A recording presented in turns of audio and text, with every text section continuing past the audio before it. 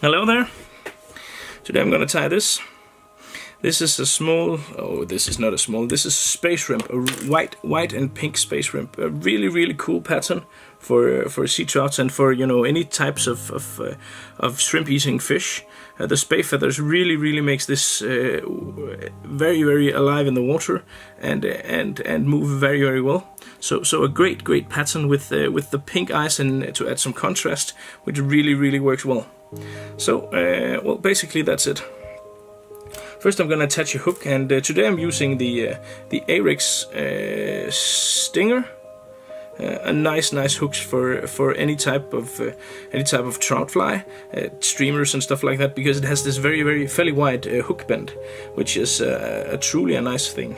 Of course, I also want to say that if you haven't subscribed to my channel already, then I really would appreciate it if you would, because that, well, basically that would mean a lot to me, and you'll get the occasional email about new videos and stuff like that. So if you haven't done so already, then please do. And also, if you do not have visited my shop yet, then I would be delighted and very happy if you did.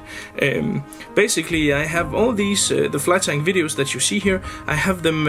I've made fly tying kits for them, so you can you can actually just very easily and effortlessly. If I said that right, you can buy the full material kits to flies like this. Simply just 2 clicks and you have all you need to tie this. So I'm gonna take some teal feathers, just teal in neutral, in the natural color. So I'm just gonna make a small tail of that. Cut off. Oh, and before we forget, this is not gonna have a thorax or a carapace. So I'm basically not gonna bother with adding this to the bottom of the hook and stuff like that. I'm just gonna do like this, and this fly will look uniform from any direction. So basically you can add the weight to your fly just the easy way, like so. I think there's a bit too little teal on there, so I'm just gonna add some more, just a little more.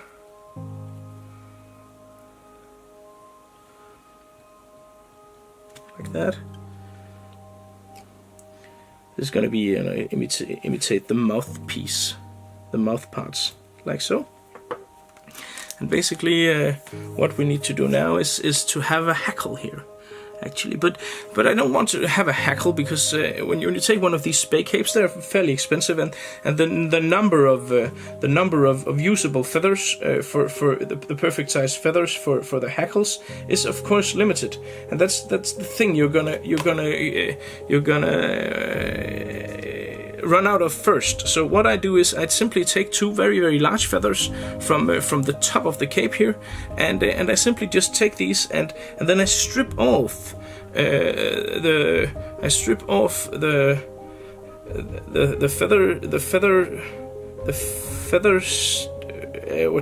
feather fibers that I need, and I produce a false hackle out of these.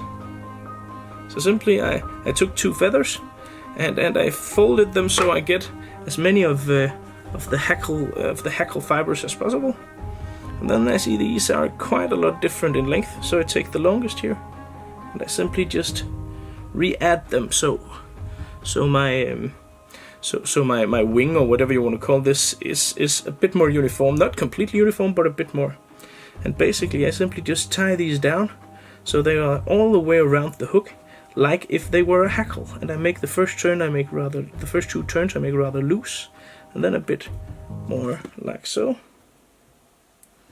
And there you can see I have the same effect as a hackle, but without using one of the precious and nice feathers I will need loads of on my cape for the body hackle, like so. Fairly easy done, nice and easy. Then I take some dubbing to add contrast, and this is some sinew fusion dubbing in very bright fluorescent pink.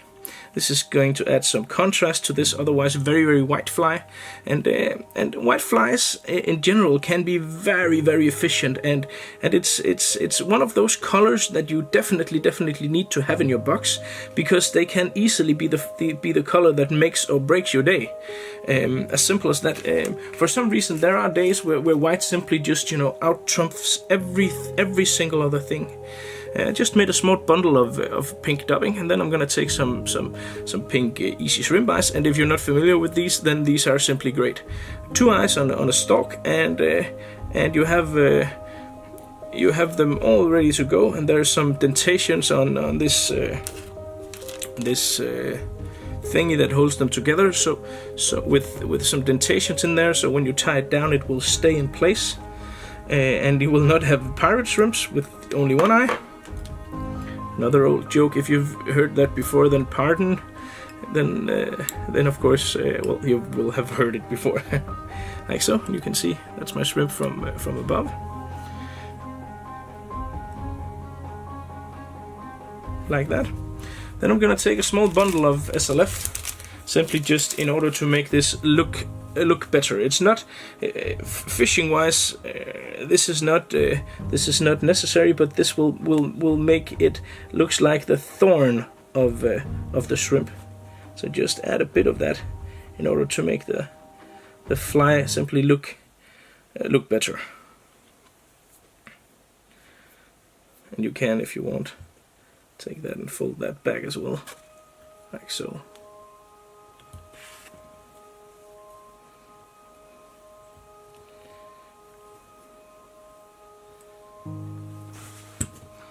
If you think that's a bit too much, you can of course simply just pull some of it off, like that. That was a bit much. That's better. So there you have it. Now all we have to do is add some rib first. Some rib and a hackle, make a body out of with a dubbing loop, and then you're good to go. And when you tie this monofilament or fluorocarbon or whatever you use, be sure to turn it around and tie it down doubly. Otherwise, it will be too slippery, and probably you will end up having no rib at all. When I did this video in Danish, that's exactly what happened to me. So I'm gonna double check here. Off to the side with that. Then I'm gonna find me a feather that is perfect for this. One of those will do. Bigger one. And since we're tying shrimps and we're tying them reversed from what they're actually swimming like, then I'm gonna tie this with down in the lower part down here, and then because then the longest of the fibers will be back, and then it will taper up towards the eye, which is the idea I'm going for. So you can see the natural curve of the fiber. I turn it so that the upside, the side that is facing up on the cape, is facing me. Then I'm tying it on the side here, in towards me, like so. I'm gonna just tie this all the way up here. I'm gonna tie it on top of the non-lead wire as well, like so. Okay. Then I'm gonna make a dubbing loop and add some STF fibers. A nice dubbing. That's also sometimes called polar dub, depending on where you're from, depending on what manufacturer you get it from. So I take out.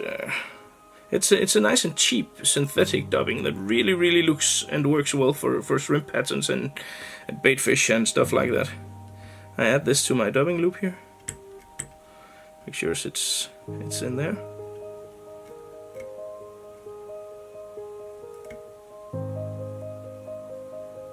Add a bit more, like so. And then I'm ready to spin the reel. I use the CF Design turbo dubbing reel, which is, well, without a doubt the best dubbing reel in, well, at least the best dubbing reel I ever tried. So in my universe, it's the best dubbing reel in the universe. And basically, you can see I get a nice dubbing brush here. Oh, I need my thread, of course, to be up towards the head here. so. I'm gonna turn my dubbing brush.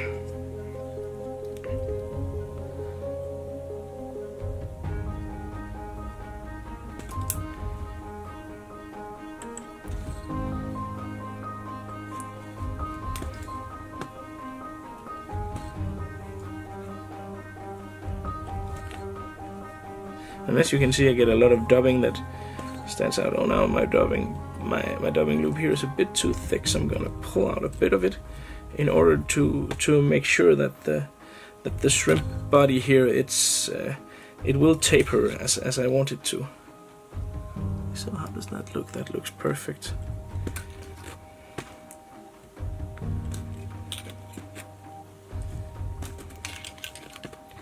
And with shrimps, what you really want to do is you don't want to overdress them, because if you overdress them, then they won't look translucent and transparent. And if you have ever seen a shrimp in the water, it really is the embodiment of translucency and of transparency. So and you want to have kind of that halo aura effect on your flies here. So basically, do not use too much dubbing. And make sure that you use a dubbing that is transparent, that you can brush out.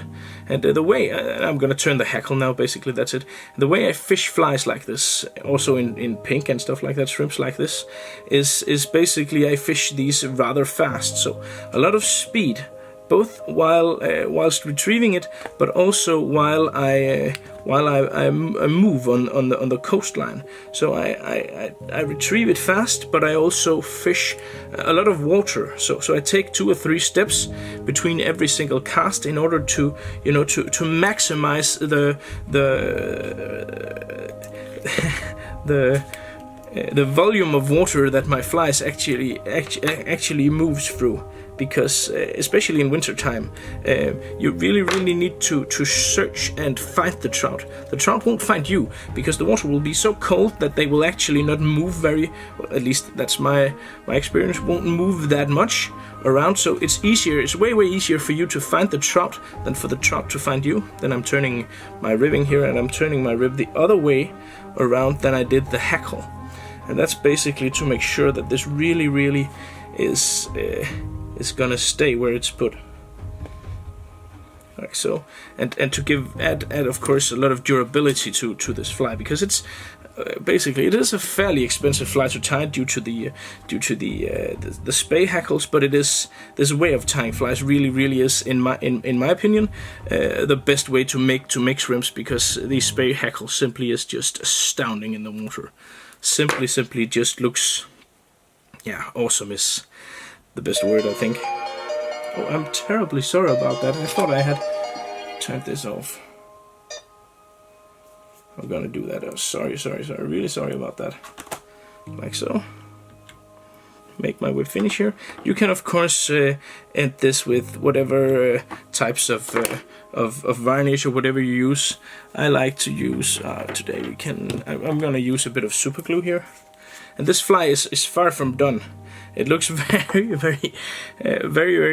not done now, and that really is true. It is not done yet, like so. Because now comes the time for to bring out your dubbing needle and to make this fly again look truly great by pulling out all these fibers here. And this is a very crucial part of this fly. In order for this fly to really look how it's supposed to, and really look like a shrimp in the water, you need to pull out all the fibers. If any of the hackle fibers were caught in between here, you need to pull those out as well. Pull out some dubbing fibers, and that's why I used the super glue before I started doing this, because sometimes you can, if you're not careful, you can accidentally catch the rib, and you do not want to pull out the rib. I've done that quite a lot of times.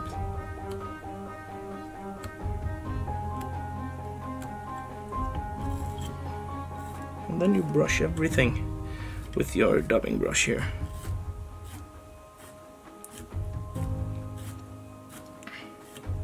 In order for this to look as it will do in the water, you really apply some pressure here. You get a slim, transparent, easy to cast, easy to fish, insanely lively fly in the water that just, well, basically looks a lot like food to any trout. Let's just...